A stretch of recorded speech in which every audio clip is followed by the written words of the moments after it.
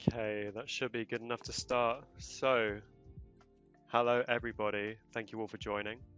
Welcome to Giga Chad's first AMA of the year.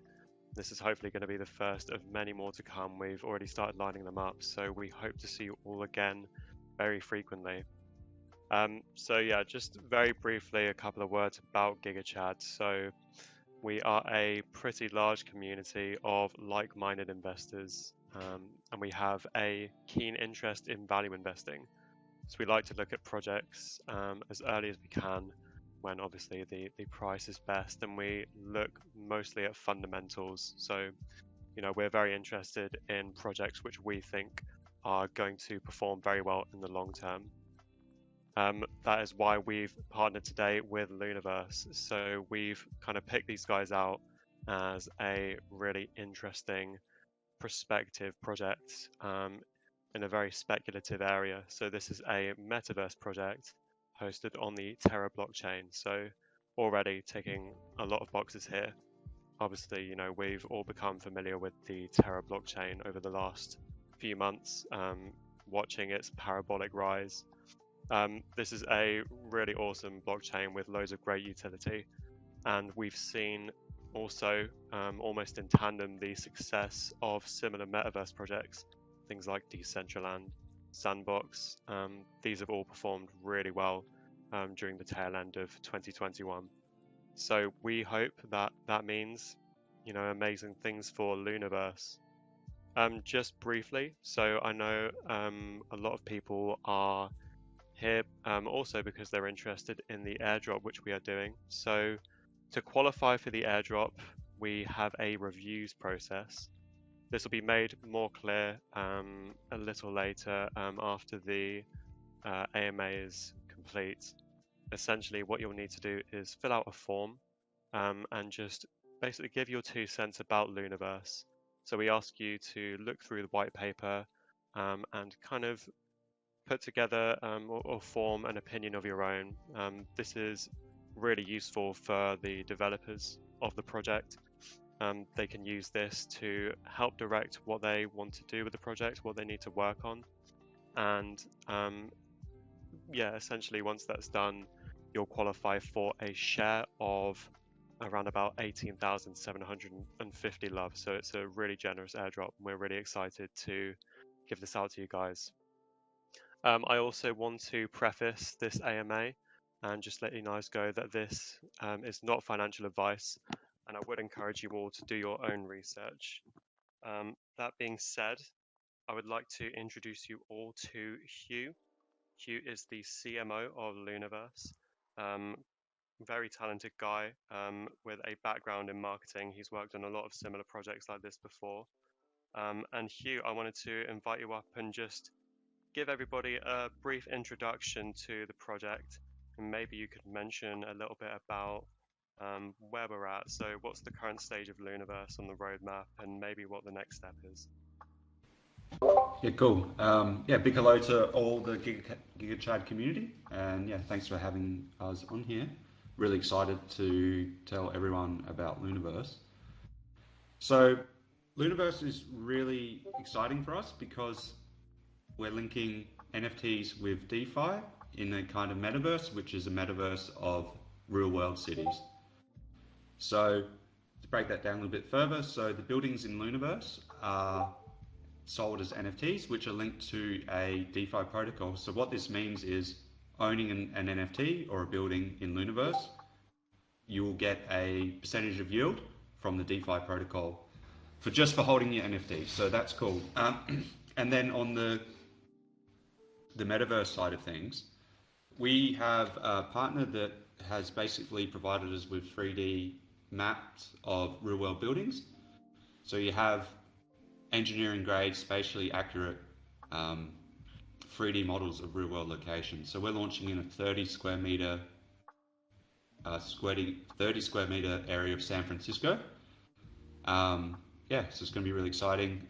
Something that really, a combination of all these things really hasn't been done. It's kind of exciting. And we're big supporters of the Terra blockchain as well. Okay, thanks for that, Hugh. Yeah, so we've seen similar projects like this, which are kind of focused on digital recreation of real life cities. Um, I guess out of my own curiosity, I wanted to know, you guys have started with San Francisco. We've also seen a focus on San Francisco. Obviously, it's a big American tech hub. Are there any specific reasons why we've picked San Francisco over other cities? So we think San Francisco is cool just because it has a good backstory in regards to it being the city of gold. It was the gateway to gold basically in the gold rush times. Because San Francisco was the only kind of port on the western coast, plus it was part of the land travel routes over from the east coast. So basically everywhere led to San Francisco, which led to the gold mines. So we think that's a good metaphor for starting Lunaverse. And yeah, we think it's an interesting city. It's very well known. It has some interesting features. So yeah, we think it ticks a lot of boxes. So it represents opportunity. And, in a similar vein, we Yeah. will be giving all of you guys an opportunity to ask your own questions. So just a little reminder as well as the reviews process, which will qualify you for an allocation of the 18,750 love. We also have two additional prizes. One of those will go to a random attendee, so one of you guys in the audience. The other will go to the person who asks the best question, as will be graded by the team. So, to ask your question, please put your hand up. You can do this by requesting to speak within the stage. I will then invite you up to speak, and you can ask your question yourself. Voice questions will be prioritized over text questions. So I would greatly encourage you to speak up, raise your hand, and allow me to bring you up to talk to Hugh yourself. Okay. Um, I will be continuing on, and I will be inviting up first, uh, our first question. So this comes from Mock. Mock is a member of Giga Chad for a long time now, and I'm sure he's absolutely aching to speak. So, Mock, if you'd like to come up, I've just sent you an invitation. Okay, go ahead.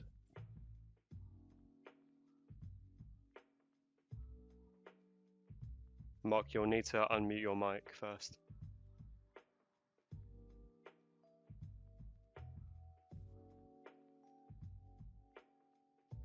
Has Mock got server mute?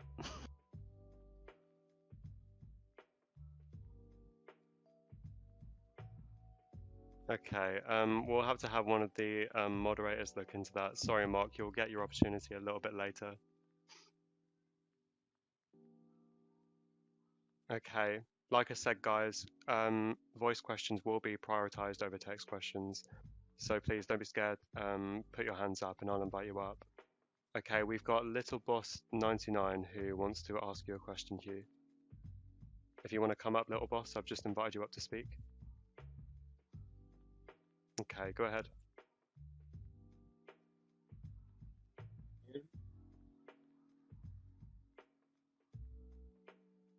Just one more time. I heard you briefly there.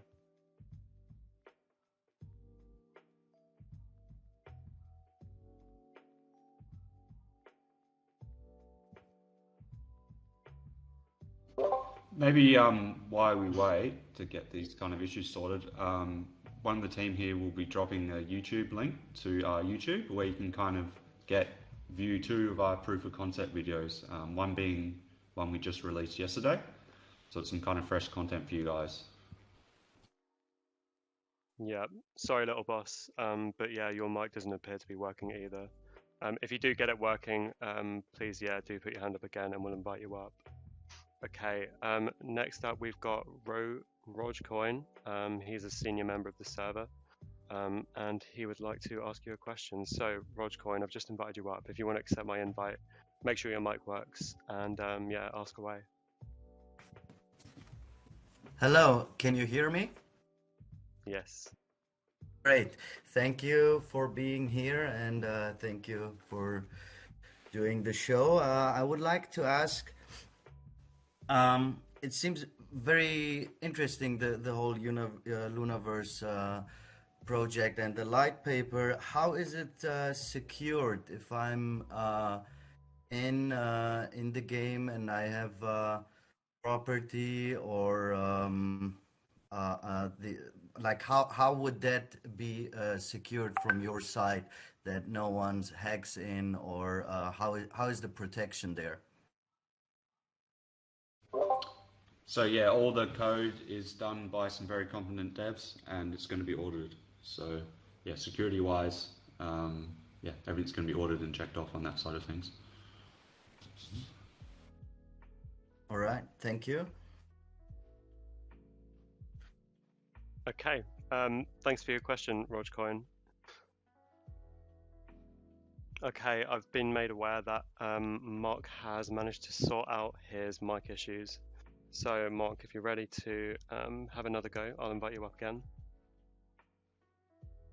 Hello, how are you guys? Okay, How are you guys? great, First, thanks, Mark. I wanted to ask, are there gonna be any in-game events, like charity events or like events where you can gain coins, etc.? So we're going to have a play-to-earn model inbuilt to the game. So you'll be able to earn from playing. There's also going to be events and stuff like this held where there will be prizes also. Oh, thank you for answering. Okay, thanks for your question, Mark. And yeah, Hugh. So, yeah, in the white paper, you talk a little bit about love and what it's used for in game. So this mostly pertains to things like the play to earn model and other things like advertising, sponsorship of events and stuff like that.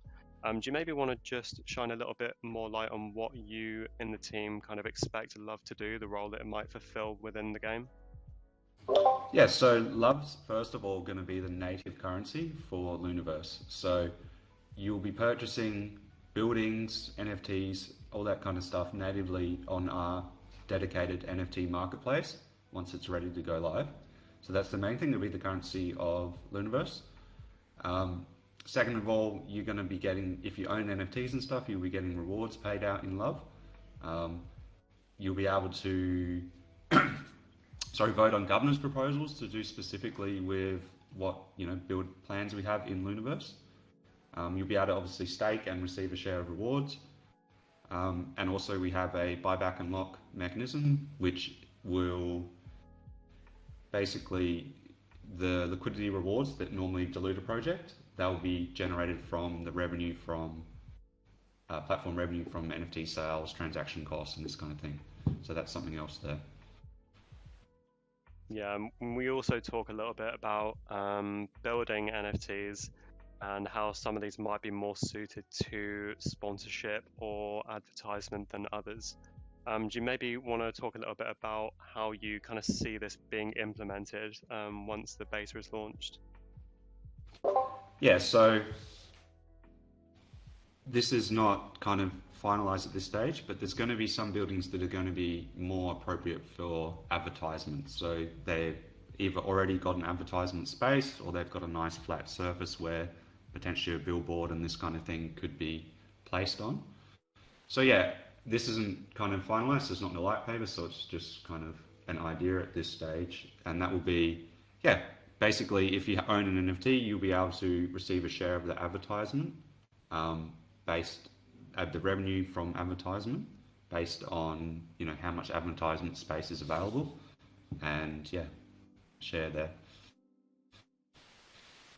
Yeah, because we've seen in other kind of similar projects that are based on city projections that the value of an NFT is basically only tied to the size of the plot, because the plot themselves offer no utility. Obviously, that's something you're looking to change. This is a 3D world which you can go into and interact with.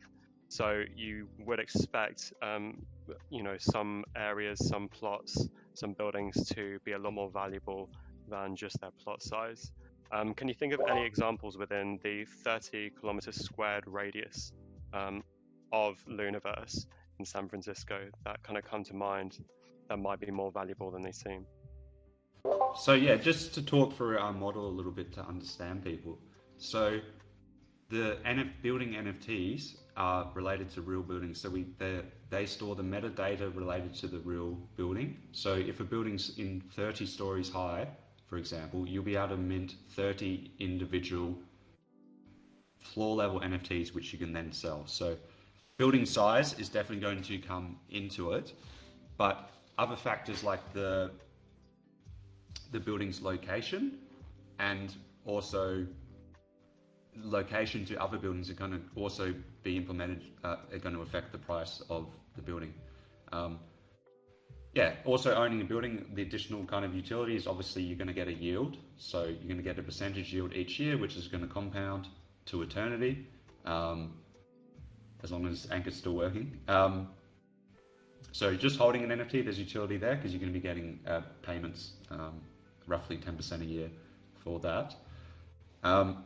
In addition to that, you have the ability to customize interiors if you design, develop to floor levels. So this opens up the possibility of renting space out. If you could potentially create your own kind of event space and run events inside your building in Lunaverse and pay for tickets and all this kind of stuff. We think there's lots of unique utility available to holding an NFT in Lunaverse. That's great. Thanks for your answer, Hugh. Okay, just to reiterate, guys, if you want to ask questions, please do put your hands up. If you want to ask them via text, please write them in the No Mic Questions channel. So that's within the Lunaverse section on the sidebar. Okay, we've got some hands up. Little Boss hopefully has sorted out his mic, so I'll invite you up again to ask your question. Just sent the invite if you want to accept that. Okay, welcome up. Can you hear me? Yeah, I can hear you now. Yeah, good. My laptop is kind of wooden laptop, so it's not working with audio. I'm now with my phone. I'm just going too quick into questions, and I want to know about how. What's your plans about your other NFTs? I noticed that you have pre-built buildings on your NFTs, and I was wondering if you have any space for architects or other kind of engineers for having a new space for themselves, and they create more buildings with more features, because it's a metaverse, and we can let our imagination to flow. And what's your plan about it? Also, I want to know what's the idea about the second-hand buildings that has been yield buildings, of course, that has been get unyielded after they get developed and selling into the marketplace. I don't kind of get that idea, because I think development is a good thing, and why you should put these limitations on the buildings for your NFT yield base. So in regards to customizable, like creating your own building, that's not on our roadmap, but you will have the ability to design and customize your own floor level NFT. So there's that way. So in regards to the yield being, regards to yield bearing NFTs and what happens when you split them, this is because we want people to you have two options, which is you can hold an NFT and receive the yield, or you can develop to levels. If you're going to be developing to levels, for example, there's going to be a lot of levels. So if you look at the supply of buildings compared, and then times it by the amount of floors there actually be, there's going to be a lot of supply for buildings. So this yield is actually, it's owned by us. We're just sharing the yield with you when you purchase the thing. So when you purchase a normal NFT, you just purchase the NFT and you don't receive anything in return. When you purchase an NFT in Lunaverse, you receive your NFT and all the utility there, but we're also going to pay you the yield from your initial purchase amount, which we're going to deposit. So yeah, you got to kind of understand the business proposal there. Yeah. Okay, thank you for explanation. Also, I wonder if we have the option for the building owners to have like a gallery for themselves. They showing their arts and attract tourists or other things. Is this possible in your work? Yes, it is possible. That's on our roadmap to be delivered. Yeah, thank you for your asking my questions, and thank you from Chemery for letting me up. Bye. Yeah, thank you for your question. Okay. I think Cthulhu's invited himself onto the stage. Cthulhu, do you want to ask your question? Yeah, it's just a rather short one. Hi ho. My question is regarding the issue of the file storage, like how you're gonna solve like the user created stuff, like the data is gonna be needed to be stored somewhere. Are you looking for a solution like IPFS, or how you're gonna solve this? I'm not super up to date on the technical implementation side, but our founder comes from a GIS, if you're aware of this term, background. So like huge. Nope. So it's like basically like roughly it'd be equivalent to like Google Maps kind of thing. So like huge databases of images and all that kind of stuff related to space. So it's basically images and then overlaid with data in regards to like its location and all that kind of stuff.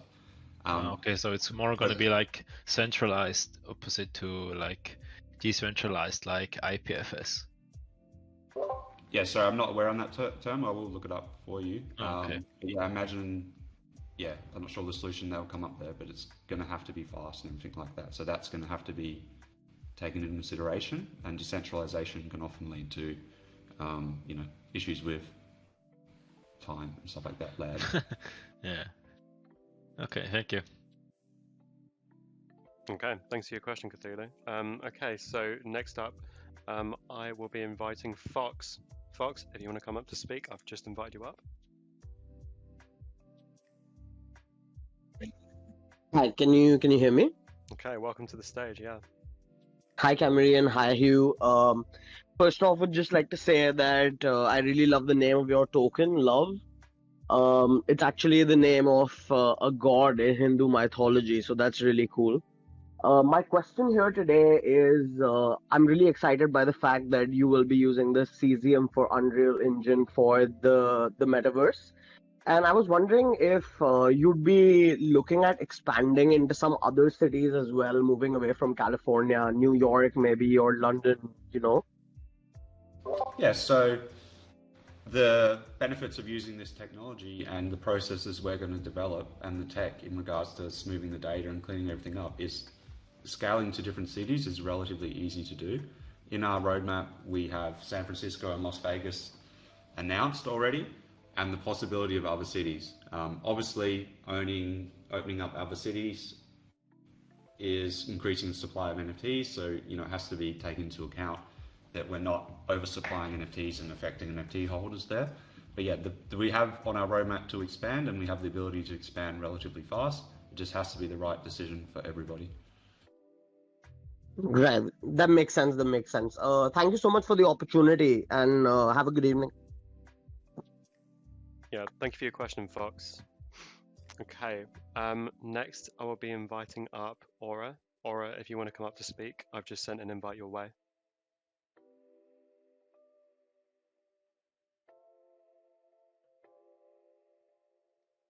Okay, welcome to the stage. Just unmute your mic, Aura, and then you can ask a question.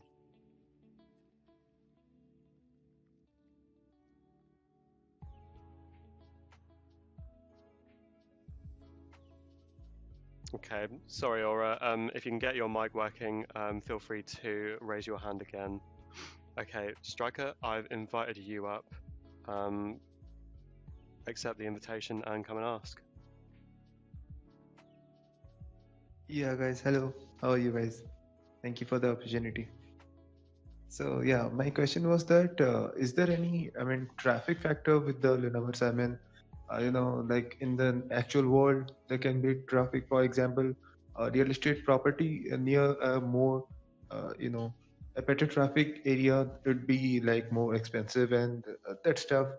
Will there be any traffic factor in the future, maybe?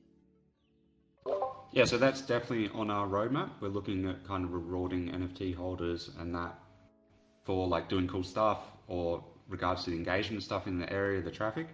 So this is on our roadmap to be implemented. This kind of feature where traffic and stuff is going to, you know, dictate price and rewards and this kind of thing. Yeah. Okay. Yeah, it's really cool. Okay, thank you. Brilliant. Thank you for your question, Striker. Okay, guys, I see a lot of people asking questions in no mic questions. That's great. Like I say, we will be prioritizing people who have put their hands up and want to ask via voice. So if you are really itching for your answer and want to make sure that you are able to ask your question, please do put your hand up. Okay, next I'll be inviting up to the stage Dare. Dare, if you want to come up, I've just sent an invite over your way.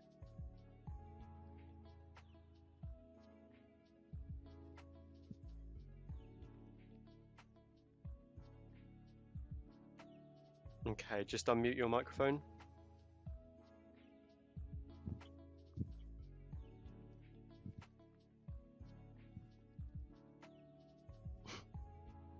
Okay. Right, guys, please make sure your microphones work if you're going to put your hands up. Thank you very much. Magic Clown, I'll be inviting you up next. Brilliant, welcome to the stage. Can you hear me? Yeah. Yeah, we can hear you good. Okay, perfect.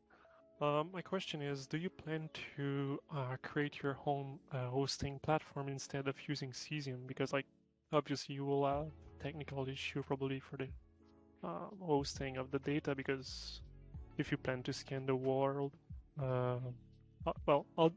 what's your next step instead of using Cesium? Do you plan to create your own hosting platform, or? So I'd have to ask the devs in relation to that kind of more technical question. Definitely we're going to make sure that our technology can scale as required. So whatever's required, we're going to get it done. Okay. Because I work in the same field and I'm probably a competitor of Cesium, and I can see the tech limitation with your projects. So that's why I'm curious about the next step you guys are planning to do in order to support those massive data. Because if you are looking for a high accuracy model, this is always an issue. So I was curious about it. Sure, man. If you send me a DM or something, we can have a chat about it and I can get you an answer. Does that sound good? Yeah, sure. Thanks. That look interesting. Good luck, guys. Great, thank you for your question. Okay, we have in the stage, or had in the stage, Tulip, who is one of our lead analysts. Tulip, if you're ready to ask your question, please do come up again and have a go. Yeah. So I had a really quick question. Of course, we've seen this concept with the metaverse and the NFT world. We've seen it before in other projects. How are you guys focusing on getting market leader in the States, or are you focusing on getting like a niche or something, or? So we want to focus on first delivering a really good product. We're not really looking, focusing on being a market leader or niching down or anything like that. We want to deliver a really good product, and we think that we do have a good product, and if we deliver what's on our roadmap, we think people will be interested in it, and it's going to do well. Good. Thanks. Yeah, that will be all for me for now. All right, thanks for your question, Julep. Okay, I've been told that Aura has managed to get his microphone working. I think that was actually an issue on our part, so sorry for that, Aura. If you want to come up and ask your question, please come and do so.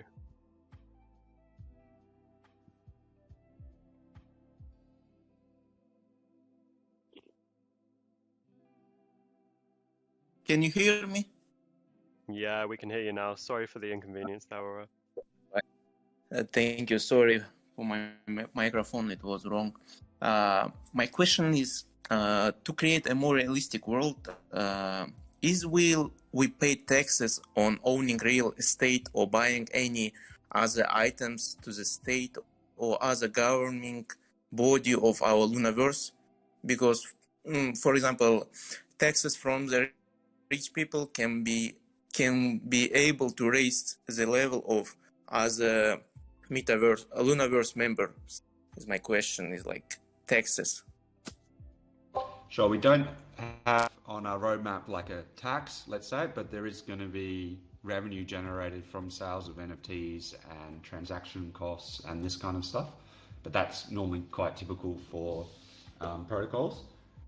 But yeah, we're not going to be taxing the rich and dividing up the money. But saying that, there's going to be an opportunity if someone spends time in our play to earn model. I think we have 23% of our tokenomics there for our play to earn model. So if somebody's maybe not from the best background, there's going to be earning opportunities for you in Lunaverse.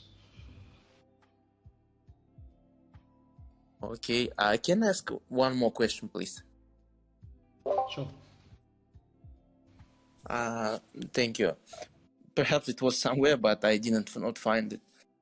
Well, there will be a mechanism for ensuring the initial cost of our NFTs from possible risk, such as the development of the project in other cities of the world, and marketing will be directed to them.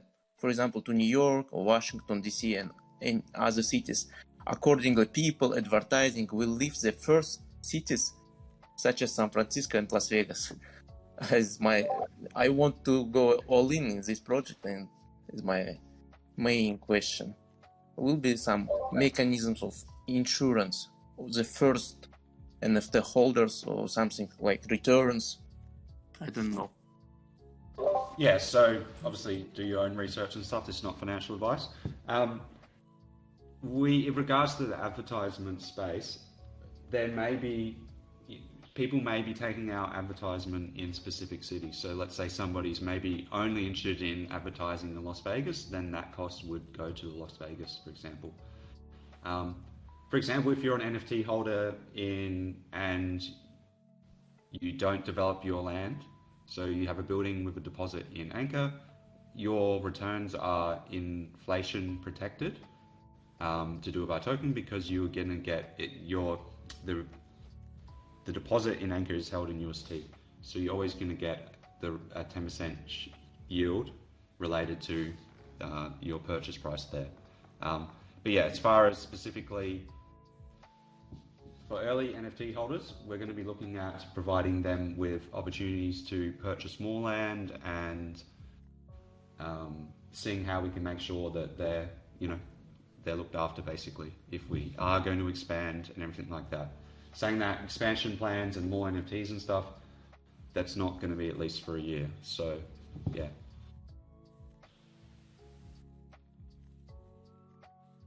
Okay, got it. Thank you.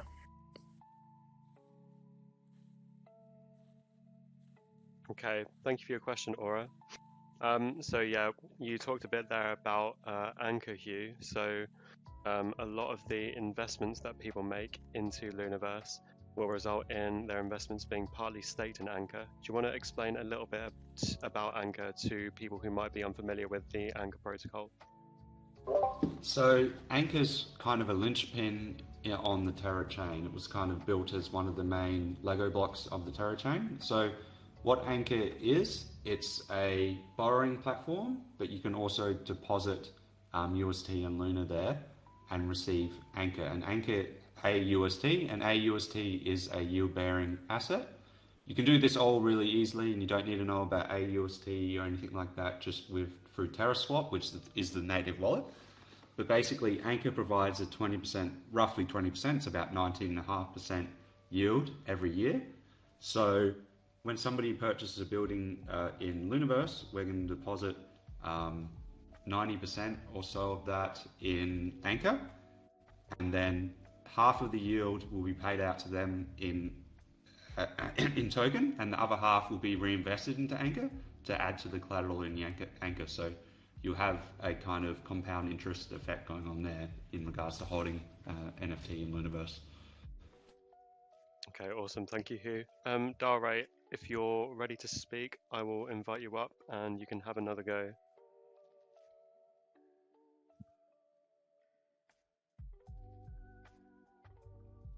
Can you hear me? Okay, Yeah, we can just hear you. about. Okay. My question is, and so many projects fail either because they didn't galvanize. Can you hear me?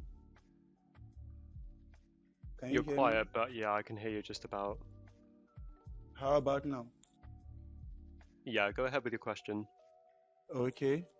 I said so many projects failed either because they didn't galvanize a loyal community that care about their mission, or because they didn't listen to their community. So this is my question. What are the plans of Lunaverse in building a stronger community to avoid project failure after launch? Yeah, so we've got a really active and lively community in our Discord, and this is the first step. We're kind of building a community here, so we're all interacting, we're playing games, you know, basically daily in our Discord together. So we're building a community at that kind of level. In regards to like listening to our clients and everything like that, that's definitely something we're going to be doing. That's why we're going on these AMAs to hear what people think about our light paper as we released it. And yeah, we are flexible in changes. There's also going to be DAO voted governance on our roadmap, so you will be able to affect decisions in Lunaverse in regards to what direction we move and things like that. And we're also mindful of people that do invest and own NFTs that, yeah, coming from a business background myself, it's always best if it's win-win. Yeah. Okay, all right. Thanks very much for the opportunity. Okay, Dare, thank you so much for your question. Okay, next I will be inviting up Ogus. Ogus, if you want to ask your question, I've just invited you up. Yeah. Hello. Okay, go ahead. Yeah. So I have a general question actually. Like we have a Lunaverse, we have virtual world here and like Metaverse. But how do general people get to know that there is a virtual world in a system in our real world? Like, what is the best plan for your branding for this project, that more and more people get to know about it? So when we're in a position to really onboard customers, or let's say, yeah, customers in a large scale way, we're going to have specific marketing campaigns to do this. So first of all, we want to be focusing on the Terra ecosystem and Terra NFT holders. And then we're going to be looking to expand outside of that into some other chains with marketing with partners, and we're going to be onboarding partners to kind of suit these needs. Yeah, but then really the pitch will be, at the end of the day, is there's an ability to somebody that's maybe not really understands crypto or anything like that. You know, there's going to be opportunity for you to play this game and earn money. That's in our play to earn economy. So that essentially would be the pitch later down the track. Yeah, okay, thank you. Okay, thank you for your question, Ogus. So we've actually got a question from another one of our analysts, Ali. Ali wants to know, how are you going to handle changes in the real world? So I think he's referring to a physical kind of changes with the map of San Francisco. Say if there's buildings which change. So I understand you get a lot of data from Google Maps, but is there anything else you've kind of provisioned for those scenarios? So we don't get data from Google Maps. Our partner, okay, my mistake, provides us with a city scan and the 3D models and everything like that. So we have the scan at the time it's taken, so we're not really going to be taking into account any changes in the city. We don't foresee, potentially maybe there could be a scan at a high resolution or something like this in the future. And that would probably be a situation where we'd have to deal with a case-by-case basis if there's going to be, you know, the cost benefit of changing the data and then the people that are affected. Yeah, sure. And I guess in a similar vein, so we're talking about textures and stuff like that, then a conversation about the game engine also needs to be had.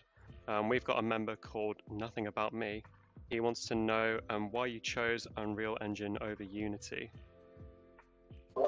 Because Unreal Engine integrates with Cesium, and we think a lot of our partners are also building on Unreal Engine, we think it's probably the best engine for what we're doing.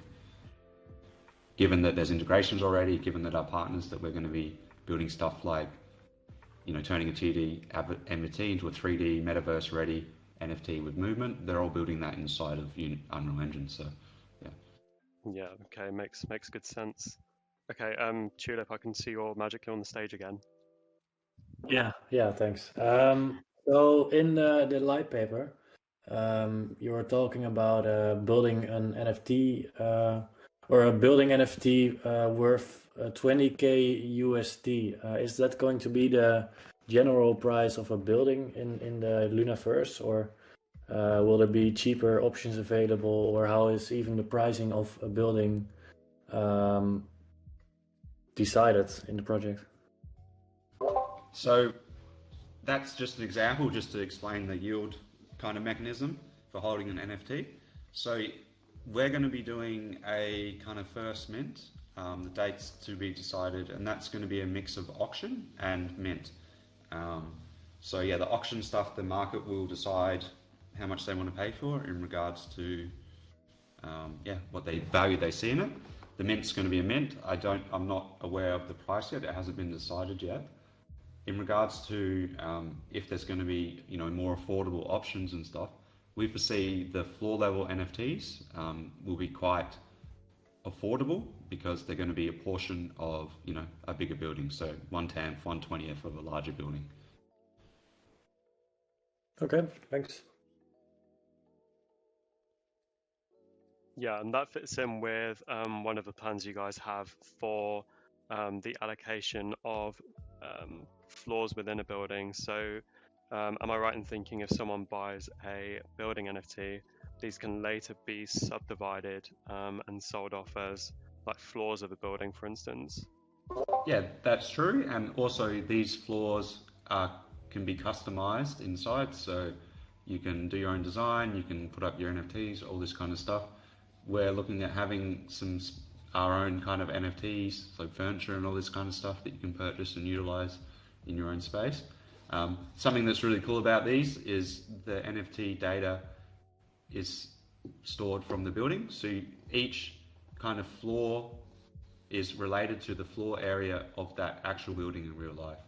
So it's going to be representative of the actual floor plan of the real building. So there's going to be different and unique spaces in relation to what building it is.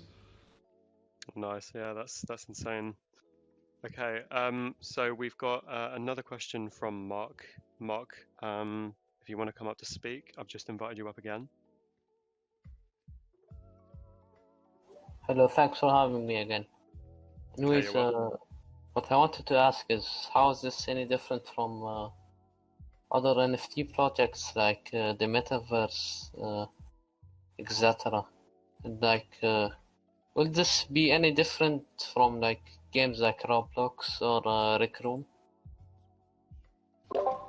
I didn't really hear, or I'm not sure about the game part. What games you were talking about, if you could repeat that. You know, Roblox or like Rec Room. They're basically games like what you showed in the video. Okay, I'm not sure on that part, but like, how is Lunaverse different? I can answer that and definitely can get you an answer there.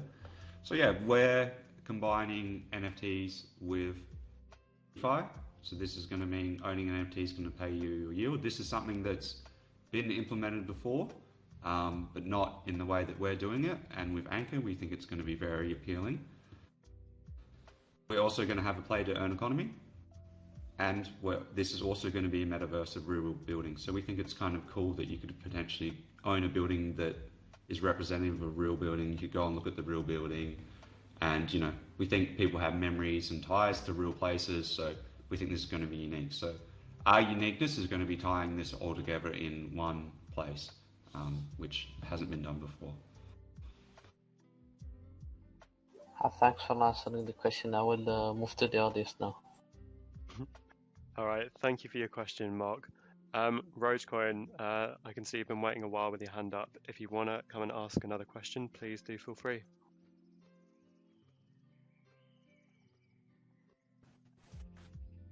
Thank you.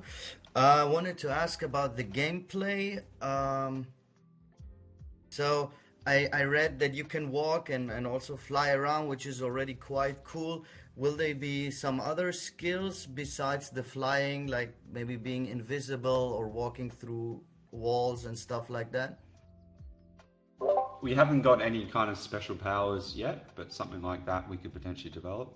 Could be pretty cool when we tie in our play to earn model. But yeah, as far as other stuff you can do, as far as walking around, running around, there's going to be kind of mini games where you can compete. So different kind of skill-based and logic-based games. And then we're looking at, when we develop our play to earn model, there's going to be something more special there, more in depth than the kind of mini games. Nice. Cool. Thank you. Okay, thank you for your question, Roachcoin. I have a kind of gameplay question for you myself. So, in a real city, you know, there's parks and plazas and places which are built or purpose-built for people to kind of congregate and meet up with people. So that these serve as kind of like community-oriented areas in a real city. But obviously, a city in VR or in a virtual space doesn't need to have those same kind of amenities to make a place a social place, especially when you don't need to factor in things like travel. You can just like teleport places and such. So I was wondering, like, do you have any plans for what you're going to do for kind of social areas? Yeah, so we're going to have areas where you can play games. Also, there's going to be certain concentrations of people, like cool protocols, NFT projects, all that kind of stuff are going to have, you know, their own building on a certain street, and this kind of stuff is going to naturally attract people to go and check it out. We also have some plans for like City Hall in San Francisco, and obviously the playing fields where we could run events and do kind of governance proposals and voting and all this kind of stuff. So yeah, there's going to be some natural areas where people congregate, and it's going to be related to who's there and what's going on, basically. Okay, thank you for that. We've got a question from Olak. He wants to know what kind of differentiates you guys from other similar projects. I think, to my mind, there are quite a few similarities between Lunaverse and maybe things like Sandbox or Decentraland, or even things like Uplands, which itself also has a map of San Francisco. So what might be the kind of distinguishing factors there between Lunaverse and those, besides maybe what we've touched on earlier with the inclusion of a play-to-earn model and such? Yeah, so all the real cool things you can do with your building. So owning a building, customizing it, selling the floors, the kind of tactics to do there. Yeah, and of course, owning a space and getting paid you for doing nothing, getting paid revenue for advertising and all this kind of stuff should be somewhat different. We think also, compared to some other games, we think we're going to have some good graphics, and also we think that yeah, it's going to be cool because this is a real city that you can visit or may have already visited or could live there. So yeah, it's going to be a bit different to quite a number of these games. Okay, awesome. Yeah, thank you for that. It's really exciting to think about the kind of like consequences and I suppose the differences between a real city and a virtual city, especially when the intention is to bring, you know, people into the virtual city and kind of socializing as they would in a real one. So I have another question from Twisted Peaks here.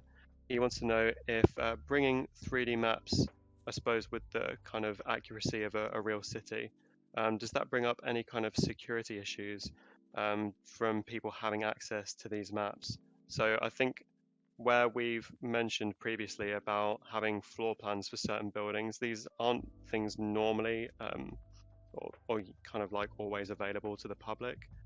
So yeah, maybe that does, maybe that is kind of like an interesting point. Would that raise a security risk for certain buildings?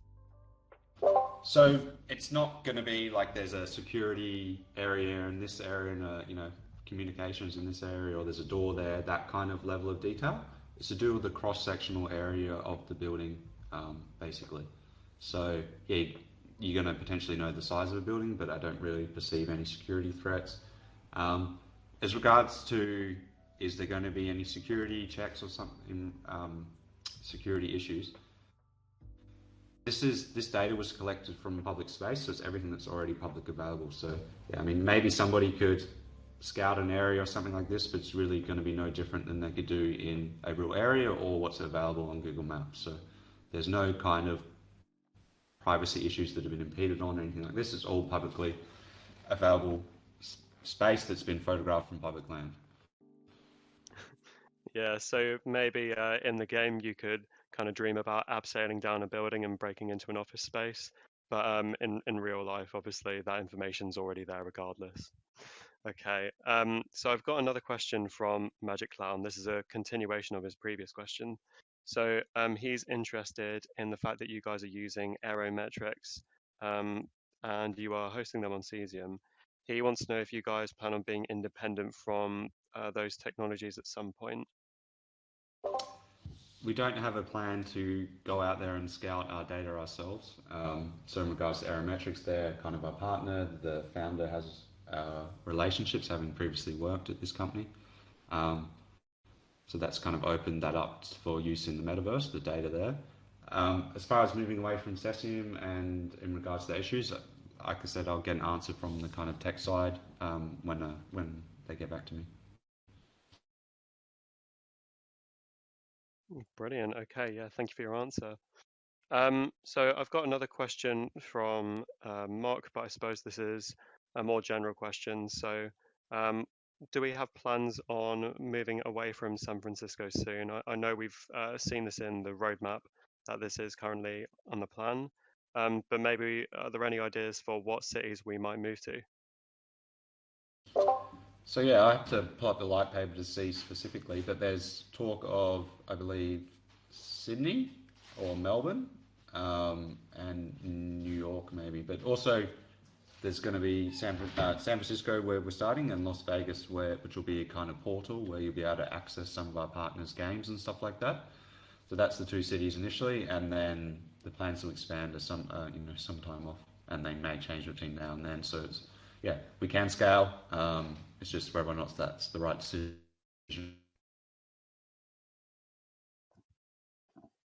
Great. I've got another question for you, kind of from myself. So I understand your background is in marketing and you do have a lot of experience in this area. I wanted to know what you've kind of learned from previous ventures, previous positions that you've had, and how you've been able to apply them to Lunaverse successfully. Yeah, so I think it's really important to listen to your community and be willing to kind of act on changes they suggest, and yeah, just be very, very transparent with what's going on and sharing the information when you know it. Yeah, and just managing expectations so everyone's kind of in alignment with reality.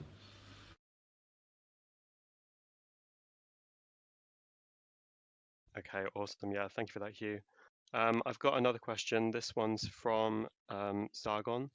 Zargon, if you want to come up to speak, I've just sent an invite your way.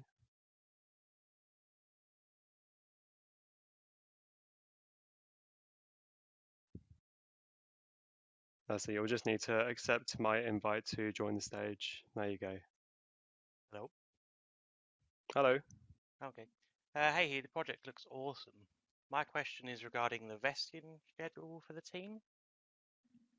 So if the total supply of the TG is 58 million love at $0.04, the market cap's just over $2 million, and the team takes 15% with a payout after 3 months, how would you make sure this doesn't sort of detract from the overall economy of the game?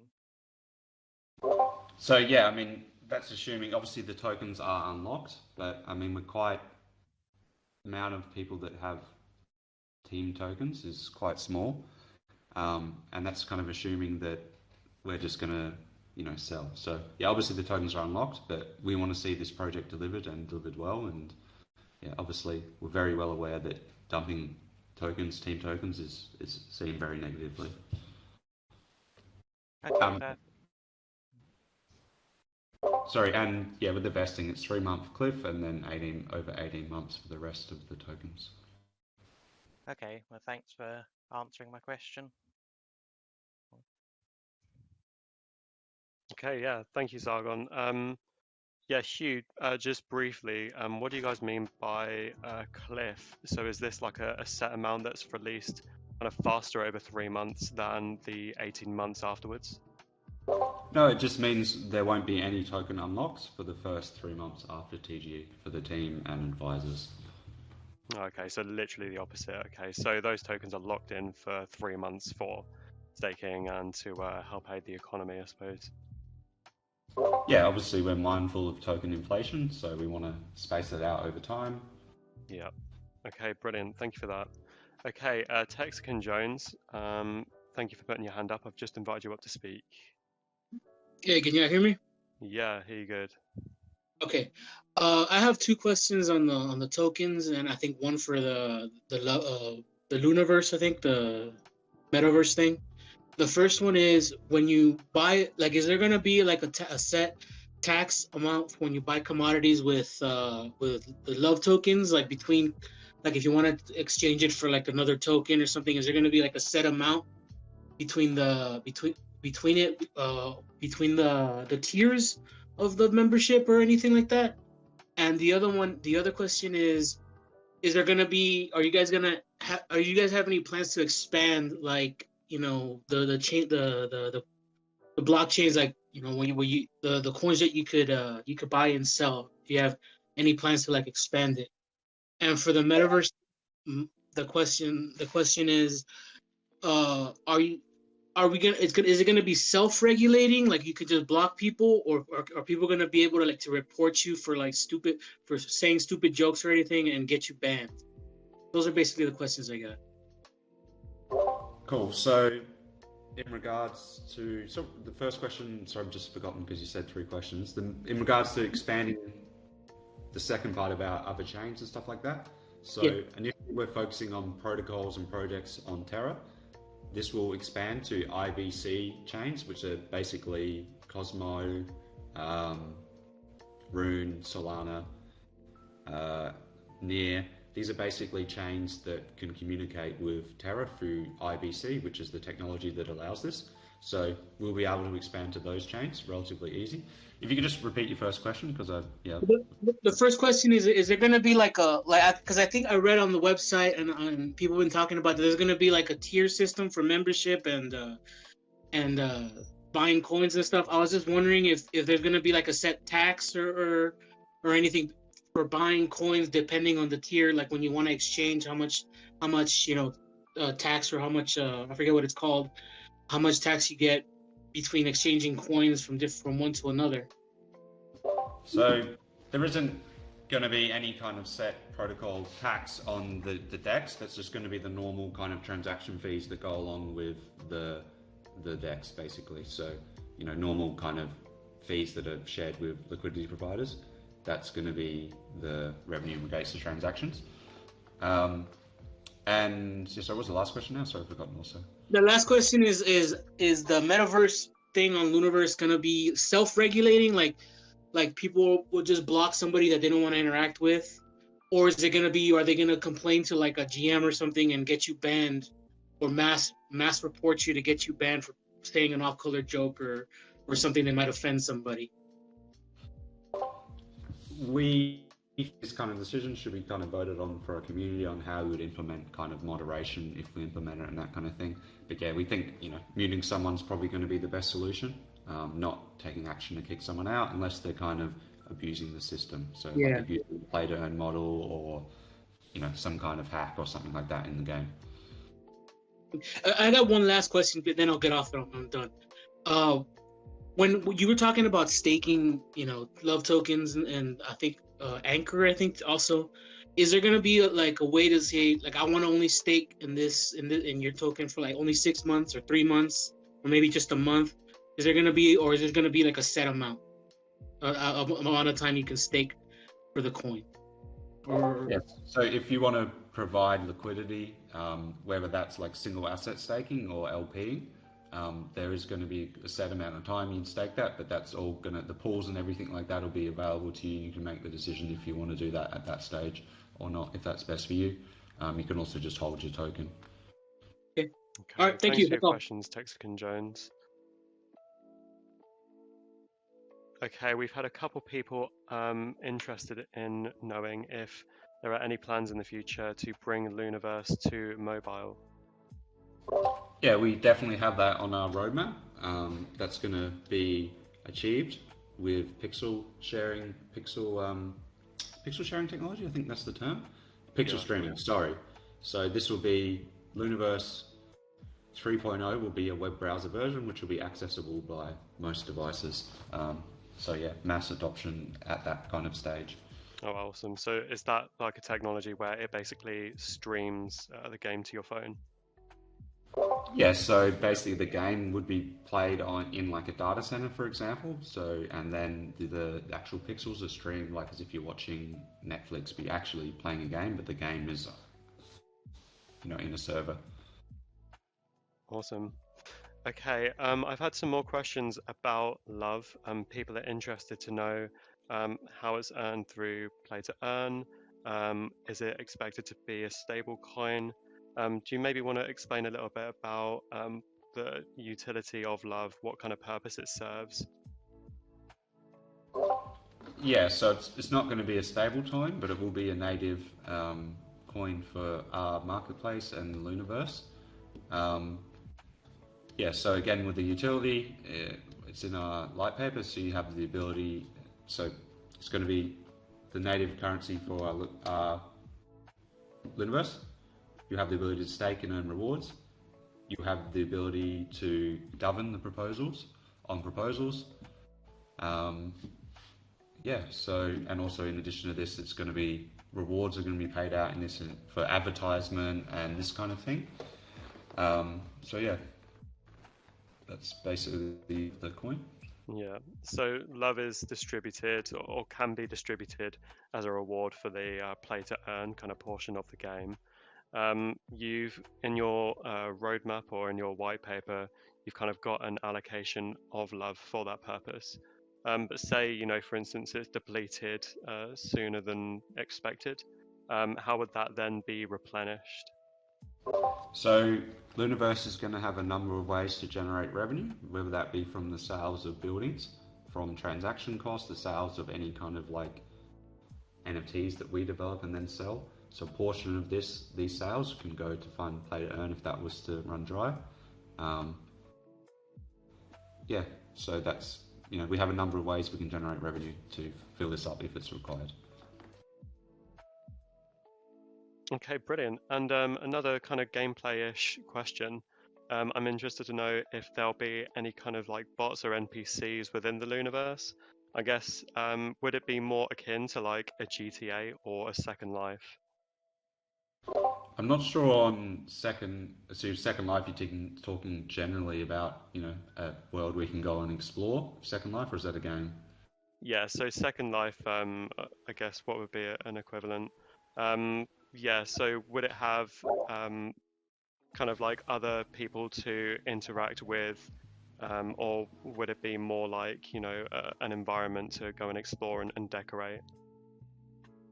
So you're going to be interacting with other community members and other people inside Lunaverse, as well as kind of decorating and doing your own thing in regards to your own space. And you also will be able to invite people into your own space and, show off your space or, hang out, do any cool events. We don't have any plans at the moment for running bots or anything like that, but this may change with the implementation of our play to earn model. Right, okay, yeah, thank you for that. So I've got a couple questions from Honda. Honda wants to know if power stations would be available for sale in the city. I suppose that opens an interesting kind of line of dialogue there. Will there be buildings that are designed, just for the purposes of utility? We've already gone over some might have better prospects for advertising or for hosting events, but are there any other kind of amenities that could be made available or purchasable within the Lunaverse? So there is definitely some unique buildings in our kind of cross-section of the area which will be, ownable and playable.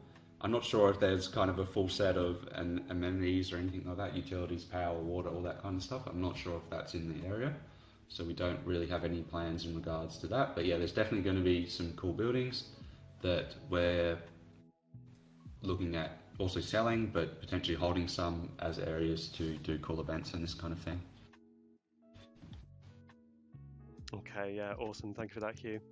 Rogercoin, if you've got another question, I've invited you up to speak. Yeah, hi again. Thanks. I wanted to ask, is there a release date yet for the game and also the coin? So we haven't got a date yet for our TGE, but yeah, we're looking to stick to the roadmap that's in our white paper. So we're looking at Q1 for launch, and then features being progressively rolled out between Q2 and Q4, hopefully sooner rather than later. All right, thank you. Okay, thanks for your question, Rogercoin. Okay, I've got Aura, who wants to ask another question. Aura, if you want to come and ask again, I've just invited you up. Thank you. I have one more question. My question is, will the all players have equal psycho-emotional level in order have in terms of whether they will need medical assistance, for example, in particular the service of psychologists when will be cases of depression and emotional disorders, or will be players, no emotional players will be? Thank you. So we haven't got any kind of like stats or that kind of stuff built in the game to be able to tell if someone was sad in game. But yeah, if somebody was in our metaverse and sad, I hope that our community would kind of realize that and talk to the person and make sure they have a fun day in Lunaverse and everything's okay. Okay. Thank you. All right, thank you for your question, Aura. Meme, if you're here, please do come up on the stage and ask your question. So hey guys, I have a rather wide question. Maybe you've heard of the PlayStation founder and Elon Musk calling the metaverse kind of useless, because it's rather pointing people away from reality and stopping technology and reality emerging together. So I'd love to hear what your take is on that, on people calling the metaverse worthless and saying it will be a failure, as someone who's been developing and working on a token that's essentially based around the metaverse. Yeah, so just big picture, there's really huge companies looking to get involved in the metaverse. So it's definitely an idea where, as far as like, on a political side of things, the metaverse should be used to, allow people to get together that where they can't in real life, and kind of should be an added experience. It shouldn't take away from real life. So we don't want people living in Lunaverse and not having a normal life and doing all that kind of stuff. It should be a kind of fun experience where you can go and have fun, hang out with your friends and that kind of thing. So yeah, we don't really see it as a replacement of reality. No more than, say, like a video game would be, some time away from your reality.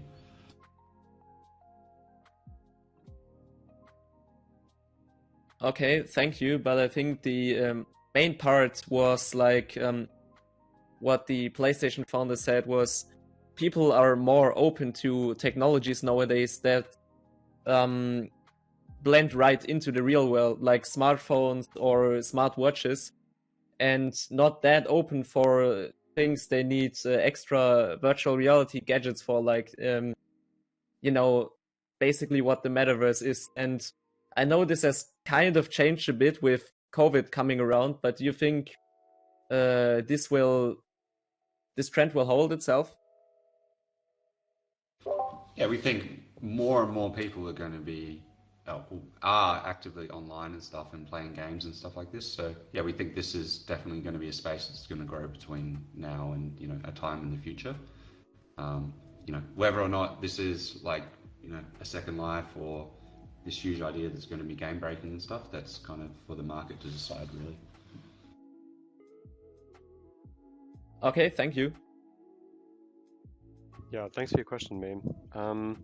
Yeah, that's a really interesting conversation. So at the moment, the market seems kind of split between what they expect the metaverse to be, which, you know, currently is, it kind of exists as a bit of a buzzword since we're still looking to see the use case of a lot of metaverse projects really be realized. But then on one hand, you've got companies like Google and Facebook who envision the metaverse being a kind of AR solution. So, you know, we've got things like Facebook buying the Oculus Rift. You've got Google's Google Glass, and also, you know, the stocks in things like Snapchat. These are all things which point towards an AR solution. Whereas there are other companies like Microsoft with the recent acquisition of Activision Blizzard, which maybe point towards a more kind of VR-centered implementation of the metaverse. How do you guys feel within the team about your kind of direction towards the VR side of things? So it's not really mentioned anywhere in our light paper, but we are kind of talking to companies about what kind of solutions we've got there to make it kind of VR ready and everything like that. That's something probably to be expanded upon at a later date because I don't have a lot of details there. Yeah, as far as which ways it's going to go, again, that's going to be for the market to decide. Yeah, and us being flexible, we can adapt to what people see as the best way. Okay, awesome. Zargon, thank you for putting your hand up. I've just invited you up to speak if you've got another question.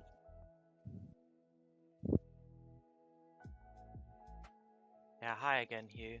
I was just looking at the roadmap, and in Q2 to 4 it says you've got, well, there will be IRL partnerships. So do you have anything in line to make sure the hype won't die down sort of before that, or any marketing strategies to make sure it keeps going with the hype? Yeah, definitely. We have, you know, a lot of marketing budget and stuff that we can work with here to incentivize anyone to be involved. But again, this is why it's about building a community. We think people are interested in ideas, so as we're kind of developing stuff and we can show people things, we think this is going to keep a natural level of interest. And then, yeah, obviously with our partner network and influencers and this kind of stuff around key events, and we can build hype relatively easily there without going into details too much. Okay, thank you. All right, thank you for your question, Zargon. So yeah, obviously you guys have already managed to create a lot of partnerships with other investors and things like that. But Twisted Peaks is also interested to know if you would be, if you would consider working with other metaverse projects. So I guess, you know, we recognize there are similar projects on other blockchains. Maybe there's some kind of beneficial relationship that could be had between you guys and these projects.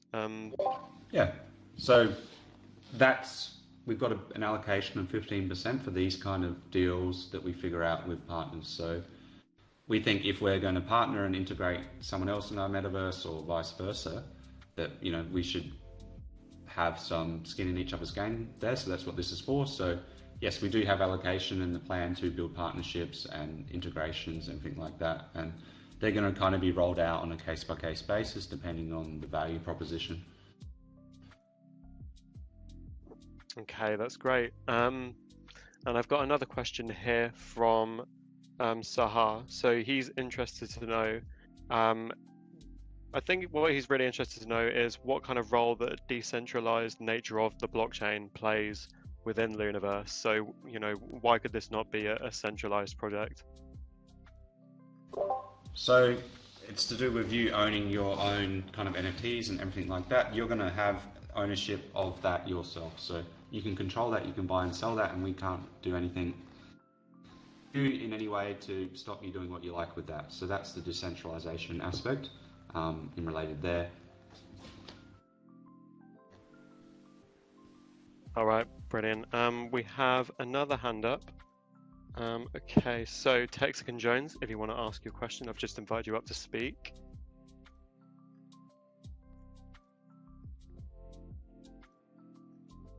Hey, can y'all hear me? Okay. Sorry, you were muted there. Try again. Can you hear me now? Yeah, brilliant. All right. I have another quick question. Is a lot of games they have like an extensive community of modders like Skyrim, the Fallout games, The Witcher, stuff like that. Where you guys have like not like a system, but like a way to mod like Lunaverse private servers or something, where like let's say a modder creates like different furniture, styles of furniture or models it for in-game servers. Will you have like maybe like an incentive program or maybe a partnership program so that they can like maybe trade using crypto, like if they want to buy a certain model, a skin or a certain model for like let's say a couch, they can sell it using crypto. Is there going to be like a way that you guys will incentivize modders trying to maybe because like games like Rust also they sell like skins and stuff for games. I'm just curious, it just popped in my head. It's funny, I played a lot of Rust myself, so it's funny that you brought that game up. But yeah, so we're going to have a dedicated marketplace to sell this stuff. We're also looking at rolling out an ambassador plan, which would be kind of suited for this. So, kind of reward system. Someone's going to develop their own kind of, interior set or skins or avatars or whatever it is. Something like this would be perfect for our ambassador program where they will get like a nice reward for doing this kind of thing. The details of this are still to be kind of decided. But yeah, we're looking at having a program. As far as like custom servers or anything like that, maybe there will be something for testing and this kind of thing, but we really want to focus and concentrate everyone in the same area because we think, the more people, the more fun. Okay, cool. Thank you. Okay, thank you for your question, Texican Jones. Twisted Peaks 1 has a couple other questions. So here's one of his first questions is, who do you guys view as your biggest competitors within the Lunar ecosystem? I haven't really thought as people as competitors, to tell you the truth. We don't really want to be competing with anyone. We want to be viewed as a hub for the Terra ecosystem that we can, welcome by area and, depending on the value proposition, integration from, just NFTs to, some kind of game and all that kind of stuff to be looked at. So yeah, we're more of a hub that we see for the Terra ecosystem where everyone can be involved. Sure, yeah, and the space is still quite small, so it may just be that you guys are kind of the first ones to the punch. Obviously, there's other Metaverse projects, but on Lunar itself, as far as I'm aware, you guys are one of the first. So another question he has is, what keeps the team up at night? So what would you consider your biggest difficulties? This is a fairly large project to deliver, so yeah, it's like delivering this project keeps me up at night, basically. So yeah, I have a lot of integrity and stuff, and delivering what we say, and that is very important to me. So that's the kind of thoughts that I have at night. Yeah, for sure. Okay, I've got a question from Swiss, who is one of our lead analysts. He wants to know, as the CMO, how will you kind of define a successful marketing campaign for this project? And what would you say to an investor in order to instill within them the confidence in a return on investment? Yeah, so just with all the investment side of things, I can't talk about that or give people advice on what to do. Obviously, do your own research in that regard. So yeah, we have to leave. All we can do is be open and transparent with people about our roadmap, what we're going to deliver, and then they have to make the decision themselves if they think it's a good thing to invest or not. That's the investment side of things. What was the first part of the question? So do you have any metrics for how you might decide what a successful marketing campaign has been for this project? So, when will you be able to step back and think to yourself, yeah, we've achieved our goals? I think that's really got to do with the success of the project. So haven't really defined any metrics for myself. Obviously, we've hit some kind of key metrics on our socials in regards to the growth and stuff, but that's kind of, you know, different to actually delivering good products. So yeah, if I was to define it for myself now on this call, I'd say, yeah, it's about, you know, planning and being aware of problems and anything that could arise and planning for them ahead. So basically, smooth delivery with, you know, no mistakes, basically. That would be from my personal point of view, that, you know, if an issue arises, it's something that I've thought of and I have an answer for. Yeah, and obviously this is a, you know, a big project with a 5-year roadmap.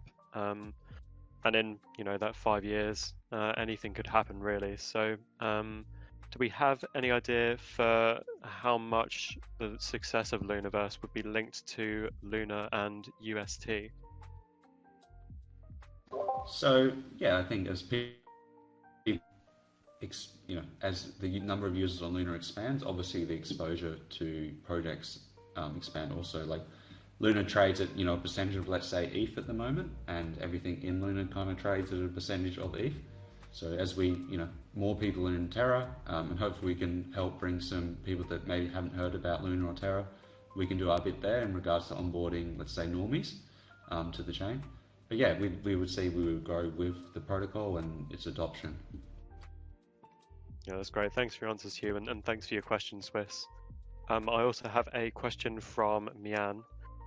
Mian asks, as there are many NFT projects on Terra, and Lunaverse has shared some info that it expresses that it will communicate with some of those projects, is there a plan to merge any of these projects? I suppose one similarity we might compare it to with other NFT projects is with the Bored Ape Yacht Club, which has collaborations with a bunch of other NFTs. We recently saw the release of Aussie Bats, which you know, we're able to interact with a number of NFTs, and with the idea you guys have on having NFT furniture for decorating rooms, maybe this does present an opportunity to work with other NFT projects on the Lunar blockchain. Yeah, definitely. We, like I said, we want to be a hub of the kind of NFT or the Terra community, whichever way you want to see it. But yeah, we're in discussions with a lot of NFT projects on Terra. There's some, you know, technical stuff in regards to, you know, if they're a 2D NFT project, then they have to be a 3D ready project. And we're in discussions with a protocol that's looking to develop this technology, and we're aligning everything with what they're doing. So hopefully, if things go to plan, that the onboarding of a 2D to 3D to Metaverse ready, the onboarding process there should be like simple and seamless. So yeah, we're looking, you know, we're Brilliant. talking with our first partner at the moment about, you know, the process in regards to onboarding them and how we're going to partner and ironing out all those technical details at the moment as the kind of first trial run of this process. Okay, awesome. Yeah, that sounds great. I've got a question from Gage. He wants to know kind of generally, what is it that differentiates Lunaverse from other Metaverse projects? So I suppose when you're asking that question, you're really asking for also a distinction between what separates the Terra blockchain and other blockchains as well. So yeah, Hugh, do you have any thoughts on that? So yeah, first of all, we love the Terra blockchain. It's got fast and cheap transactions. So something like buying and selling our token or NFTs on our marketplace is going to be fast and cheap. So that's really good for the end user compared to, you know, some other chains where it's expensive and slow. So that's a really strong differentiating factor there. In regards to individually of Lunaverse, yeah, we're going to be linking NFTs to DeFi, which means NFT holders are going to be getting a yield from DeFi, and also we're going to be including the play-to-earn economy. And this is a Lunaverse is a metaverse of real-world cities with, you know, realistic 3D graphics of real locations and buildings. All this kind of data is going to be stored on the NFTs in relation to the buildings you own. So there's lots of cool stuff you can do there with customizing and planning your empire and stuff. So yeah, we think what we're doing is unique. So we think that alone is going to allow us to stand out. Yeah. So basically, there's an argument to be made that Anchor protocol on its own kind of represents a significant part of why you might want to work with the Terra blockchain as opposed to other ones. Like we said earlier, we talked a little bit about the low risk of Anchor. So when we talked about that, we mentioned, or we were talking specifically about building NFTs. But these are not the only NFTs. You've also got yield NFTs as well. So what would differentiate these two NFTs within the Lunaverse? I mean, obviously a building NFT would be a building. So what would a yield NFT look like within the Lunaverse? So a yield NFT would be a building NFT. So when you purchase a NFT from us, that would, the amount, so let's say you purchase it for $1,000, we would deposit 900 of that into Anchor, and this would all be tied, this $900 deposit in Anchor and the yield from it, which is 20% a year, would be tied to owning that NFT. So currently in our light paper, we have 10% of that yield being paid out to the NFT holder, and then the other 10% would be reinvested into Anchor. So let's use that example there with $1,000. $900 would go into Anchor, $90 would be paid out to the NFT building owner, and then $90 would be reinvested every year. So you would then, next year you would have $990, and then the same process from there. Okay, that is brilliant. Yeah, thank you, Hugh. I have a last question from Dr. Engine.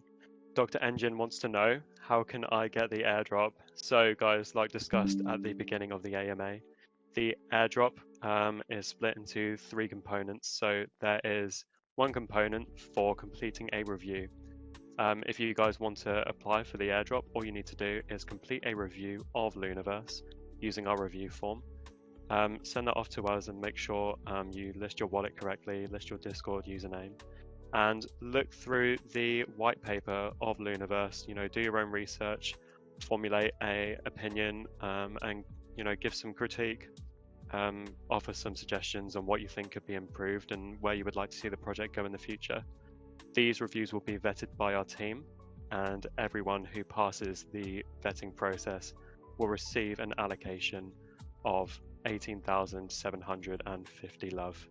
A follow-up question from Dr. Engine, will I get double? You will get double if you are a senior, as you are a senior member of the server. You will receive double the allocation as opposed to someone who does not have that rank. Senior can be grinded by invites, can be purchased with $35, or alternatively, we are in the process of implementing a new XP system. So be active in our chats and you can be in with a shot of earning double yourself next time. The other ways of earning allocation of that airdrop will be from a random participant in the AMA. So anyone who's still here, yep, you are all still within a shot of receiving a larger allocation. And also an award will be given to the person who has asked the best question. So once again, thank you all very much for asking. We will be going through and reviewing all of the questions individually and picking a winner soon. I wanted to thank everybody for coming, especially Hugh. Hugh, thank you so much for your time, for explaining everything so thoroughly. It's been great having you here. And I, for one, am really excited to see where the project goes. I think you're onto something really great and quite novel within the Terra blockchain. So yeah, really and sincerely, best of luck. Thanks for the kind words, mate. And yeah, we hope that we can deliver something that everybody enjoys. Brilliant. Yeah, so thank you all, everybody. Thank you so much for coming, and I sincerely look forward to seeing you all in the next one. Okay, until next time, Hugh, it's been an absolute pleasure. Take care, everybody.